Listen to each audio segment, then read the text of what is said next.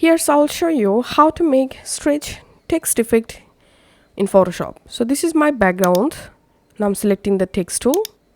Select your font, your text size and your font or text color. Then go ahead and simply type your text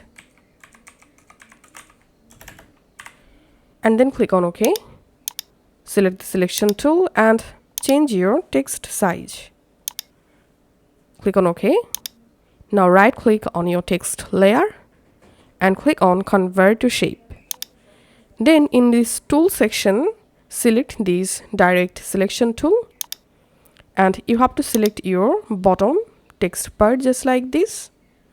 Then hold down the shift key and down arrow key at the same time to make your text stretch just like this. Once you're happy, just select the selection tool and here you have the stretch text effect.